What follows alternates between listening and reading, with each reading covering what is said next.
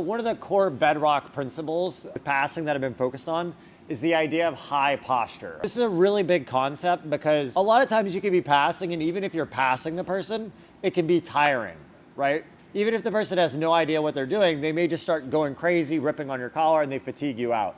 And something I've noticed is that sometimes, even if I'm passing someone a bunch and they don't know what they're doing, if they get that collar and they can just rip really hard, it's fatiguing. So it caused me to start focusing a lot more just on posture. Now, there's a couple of different ways you can approach jiu-jitsu. I could try to approach focused on position.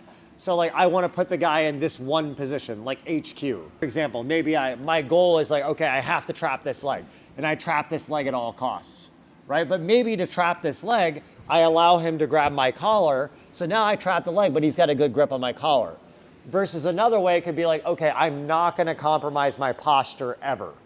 Right? So I don't care. The position can change. We could be in like a double sleeve guard. Grab those sleeves. Yeah.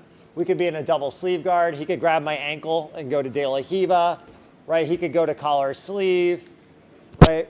But I don't really care as long as I keep the posture, right? You understand the difference? Instead of being like, oh, I got to be here, it's like just keep posture. The position will change, right? So that's kind of largely what I was focused on, because my thought there was like, well, as long as I have posture, I don't really ever feel that fatigued. Even let's say he gets both sleeves. Of course, there's attacks he can do from here at both sleeves, but I don't really feel bad. Like I'm not, like when he grabs the collar and he starts ripping on it, then you can really, and I have to get that back. So I got to use a lot of energy to try to fight back, right? But when he has both sleeves, as long as I know what to do here, I can sit here. I'm not using any energy really. And eventually I can break the position and then find ways to attack, right? Same thing, like even X guard. I don't want to be an X guard. I could get swept in X guard for sure. I'm not really feeling fatigued here until I get swept. Does it make sense? Not until he gets this collar or something. So here, as long as I find the right technical answers, this actually isn't very fatiguing on me. In fact, it's more fatiguing on him because I'm directly above him coming down, right? So as kind of a general compass for the position, I've been focused a lot on just maintaining posture. Big idea with this too, I'll go into a little bit more in depth in the second class when we talk about passing De La Hiva, is like the collar grip is really only a problem for the posture when you get rounded. So for example, let's say I approach the guard here, right? You're fine. If I approach the guard here and he grabs the collar, you see how I'm rounded and he pulls on this? That's really annoying, right? Go back. But you see if I'm up like this, you see where my posture is? Now if he grabs my collar here, even though he's got it, you feel the difference because my spine is like in alignment, like my thoracic spine is up. And now I can do things like jam the leg up here, right? So now he pulls on the collar, but you see how this is like a counter pose. You put your foot in my bicep here, you see? But you see how strong that is? I can even stand, right? So now you start pulling on the collar, and I have a ton of control here. Now I don't necessarily know how I'm gonna pass yet, but I'm not fatiguing myself, because if anything, he's fatiguing himself pulling, because I have that strong posture.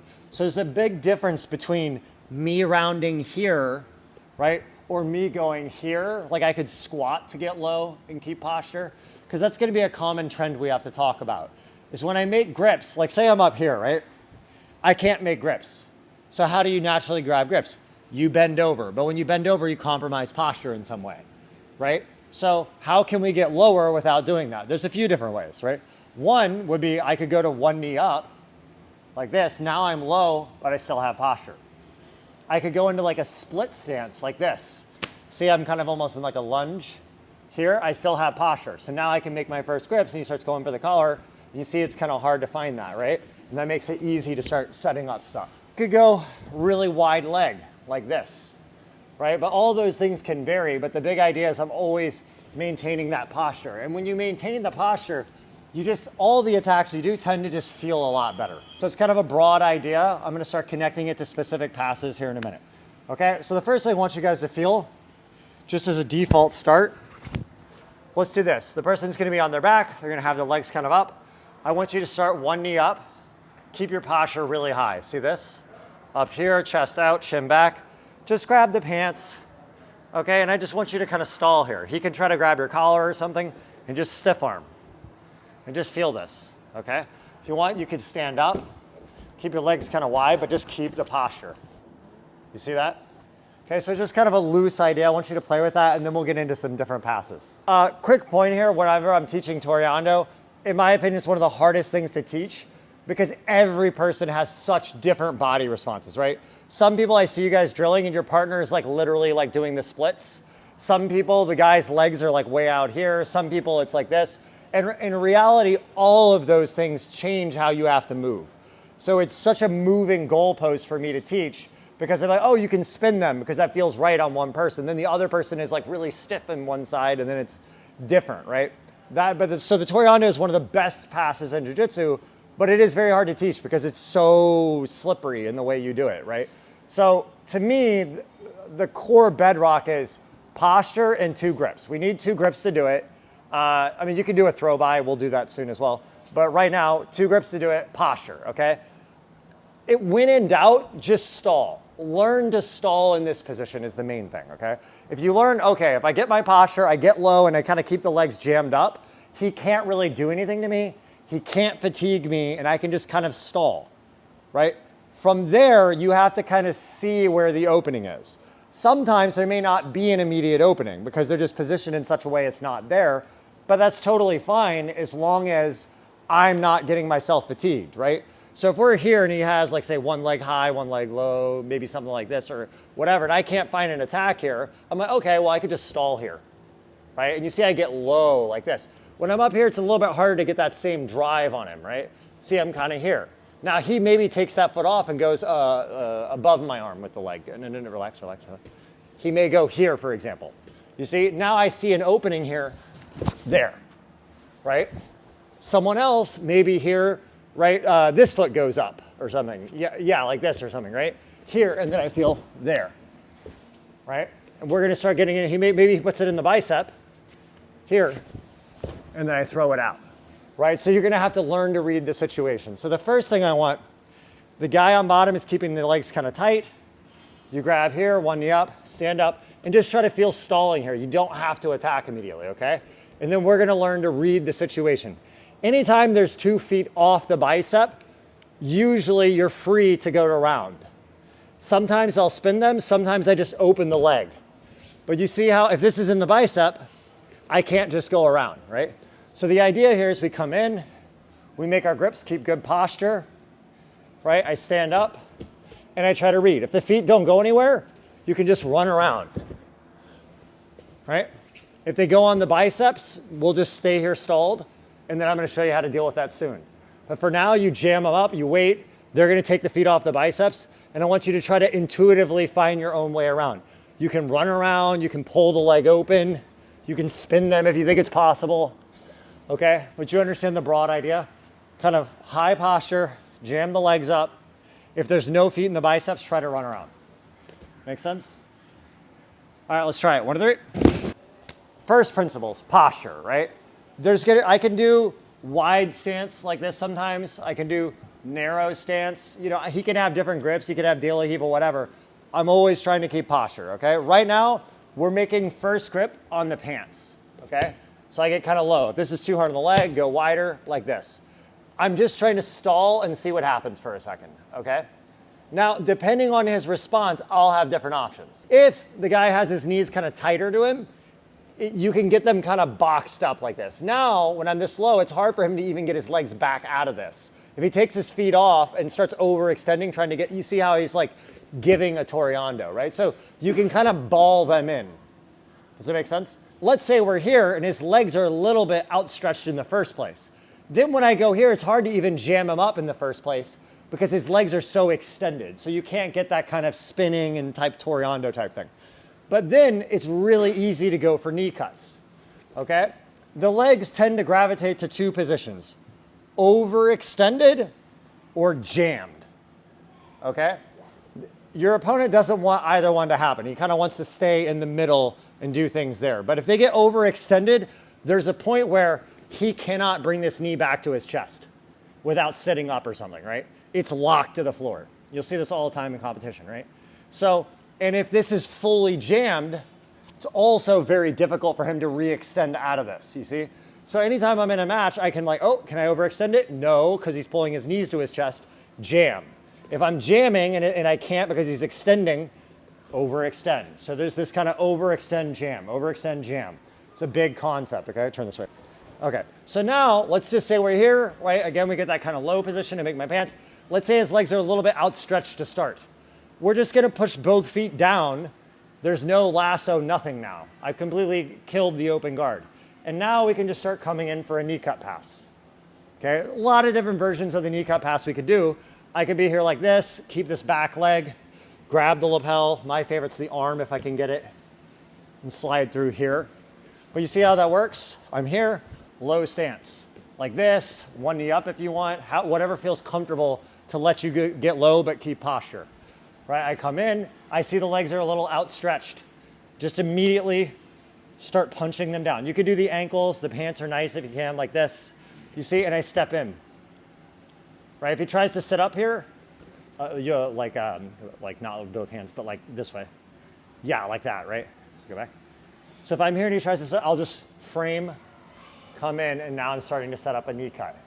You see how those combine, right? So we're here, he's on his back with his legs up, on your back with your legs up, right? So I'm kind of here, right? Boom, bang, knee cut. See how that works? If his legs are a little bit tighter, keep them tight. Come in here, control, boom. If he doesn't put the feet in the biceps, pass. Okay, we're gonna deal with what to do if he gets the feet in the biceps after this, and then we'll talk about what to do if they make grips. A lot of people I see really quickly, they get into the idea of jamming, so they start doing this, right? And then I see that posture break. He might swipe my collar here, and then that starts breaking posture, and that becomes annoying. And just in general here, the feet become way harder to fight. As soon as you get this positioning here, or widen the leg up and get here, you just start moving way better, right? This is just such an easy position to hit from. One knee up, posture. See how when I come up, look at my posture. It's here. I don't bend over to come up. I widen up here, you see? Now, if there's no feet in the biceps, I can run around, go to side control. You can go to north-south. You can even step all the way around to the far side. Let's talk a little bit about what to do when the feet go in the bicep. So I'm here. So now he's gonna put one of the feet in the bicep. Okay. So if he has one, I just have to get rid of one. So we'll talk about one first. Whatever side he puts the foot in the bicep, the way to get rid of this, posture is super important, as always. I want to, it feels like I'm just pulling this foot directly into me. It's really weird. A lot of people, I spent a long time trying to do this too. They try to either pop it up, keep the hook really tight. They try to pop it off by doing this, or they try to like kind of throw it over here and all these things. But what I do is like I pull it to me and it feels like it's gonna hit me, but it just disappears when you do that. So if I'm here, it just disappears. I can do it on either side. Right? So he's gonna be here, I'm just stalling. Exactly, see this? Easy pass there. Right? Again, the headspace when I do all this is not, I'm not trying to do any pass. As soon as you're trying to do a particular pass, you're immediately in the wrong headspace because they have so many different patterns. And then you start trying to force the thing. I'm just going, okay, how can I not waste energy and control the pace? He's on his back. I get my first grips. I'm like, okay, let's see what happens here. Of course, he might go de la heave or something. We'll talk about that a little bit later. And we'll talk about the grips in a little bit. But generally, I'm just like, okay, keep posture. Regardless of the grips, as long as I keep posture, I'm not going to get like my posture broken. I'm going to feel safe, okay? Here, boom, right? Then I start kind of making whatever first grips feel kind of natural. Okay, I start standing. He puts one of the feet in the bicep. He puts this one. See, I move to the side and look, I just pull it to me and hop out of the way. Boom, and you can come in on the pass. So now, instead of last time what we did was this foot, there's only one on the bicep, we went this way, right? Towards the side of the foot. Now, for whatever reason, we were here and he gets the foot on the top side. Again, I keep the posture here. What I'm gonna do, I'm gonna pull it directly to me again, like this. There's a couple ways we can use this. Put it in again. I can pull and then drop in for a cut, try to catch this arm, work in here. I've just cleared the leg. Or, put it in again. Yeah. I can rip it, and what I do is I step over the head or here. I can either shoulder hit here, go to north-south, or run around the far side. Okay? So again, we're here, boom, right?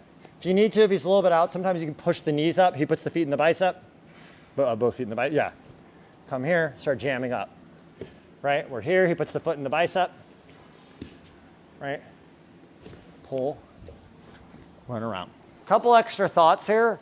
I'm showing specific techniques, so you guys are trying to do them, and sometimes it's gonna feel rigid because maybe your partner's not giving you the response that makes that work. There's a lot of intuitive feeling here. If you get the big picture, okay, keep your knees kind of tight, yep.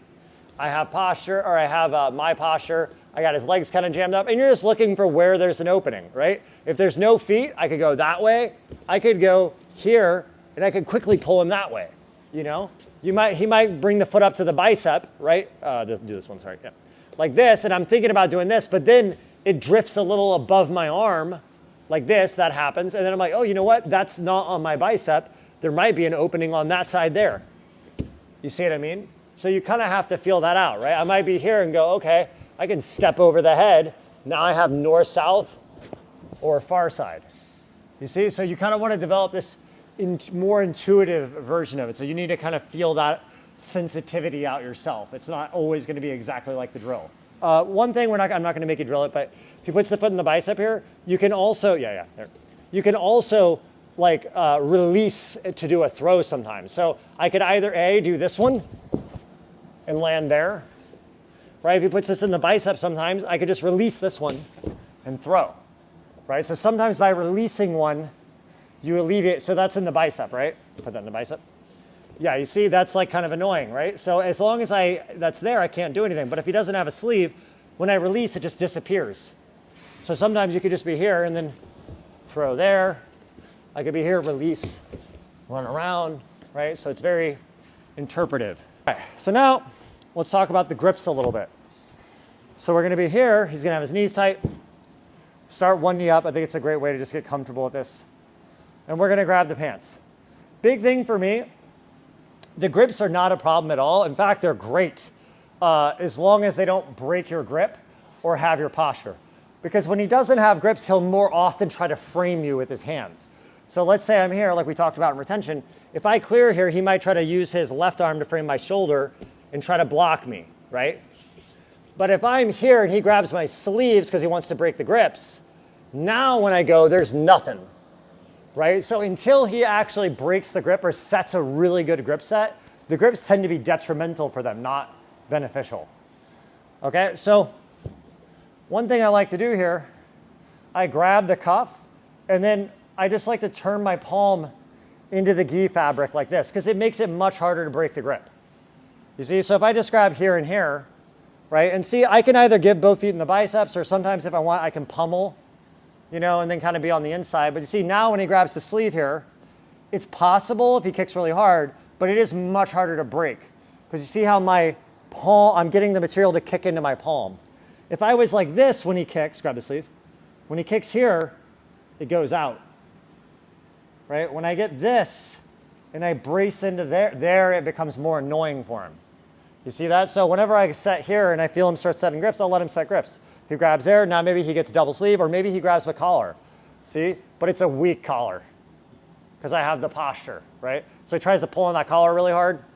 All that pull is going directly into this leg, right? Because I have this. If I was here and he pulled, I can't do it anymore. Now my arms are, I can't, right? But now he pulls, no problem, I stand. See, now, keep the grip. Now I just gotta feel, okay, like, you know, maybe I could spin there, right? Go back, same grips, yeah. Here, maybe I could release and throw.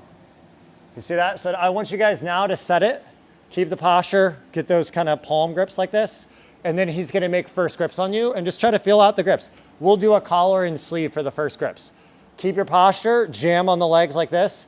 A good way to describe the jamming, I kind of, for some reason it just makes sense. I think some people here, they're really trying to lean in. Just try to imagine just like, you know, he stinks and you want to get away from him. You're just like, ugh, just get away from me, gross. Like this, right? Like that's kind of what it feels like, right? That's like, intuitively, it's just like, just get away from me, right? It's not this like, I'm driving in, right? I'm just like, just get away, right? And then he tries to get close, I'm like, no. You see, that's literally what I do. It's like this, get away. See, he starts trying to make grips, it's like, no. Yeah, see, and then he starts overreaching and doing it. So if that helps you, that little cue, just do that. Grab the sleeves.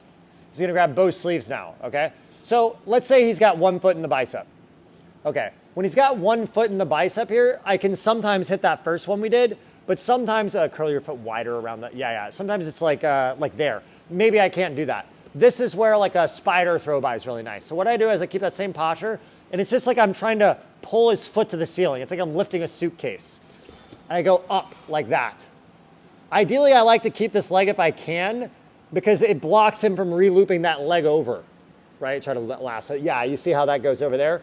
And then I can kind of step around. It depends on where we go from here. I might turtle, or he might give me the back. I might come into north-south. I might come into side. But it's just like I'm pulling the foot up. Okay, so I'm here like this, here. You see I pull up and over. Now I push it down over my own arm like this. Okay? You can, if you want, just let go of this one too and then come in. I like to keep it if I can. Another version of this one, keep both sleeves. Put this one in the bicep, is if the top side is I can't throw to that side. Then a lot of times I do what we talked about before, where I rip this, but I'm gonna release this and keep this tight. And I do that, right? So I just kind of pull it to me. I release the sleeve so I can really jump with it, okay? So we're here, he gets this guy in, keep it really tight and wide, curl it wide, yeah, like this, like that. Keep the sleeve if you can. All right, so we're here, like that, see? Come into the cut, try to step around. Okay, so just play with those spider throws a little bit, and then I'm gonna try to show one or two things when they're setting up. All right, let's go, 1, 2, 3.